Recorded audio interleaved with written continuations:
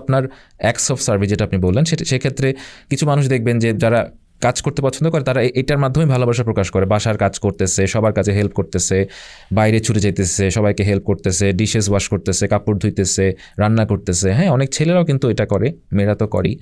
তো এর মাধ্যমে সে প্রকাশ করতে চায় যে আমি তোমাকে ভালোবাসি, আমি আমার সংসারটাকে ভালোবাসি। তো তাদের ক্ষেত্রে কীভাবে আমি ভালোবাসাটা প্রকাশ করবো? তাকে যদি জাস্ট বলে যে আজকে তোমার কাজটা আমি করে দিই, আজকে থালা বাসনটা আমি ধুই, আজকে বাজারটা আমি করে দিই, হ্যাঁ, তখন সে ভালোবাসা ফিল করে। তারা কিসে খুব বেশি ভেঙে পড়ে?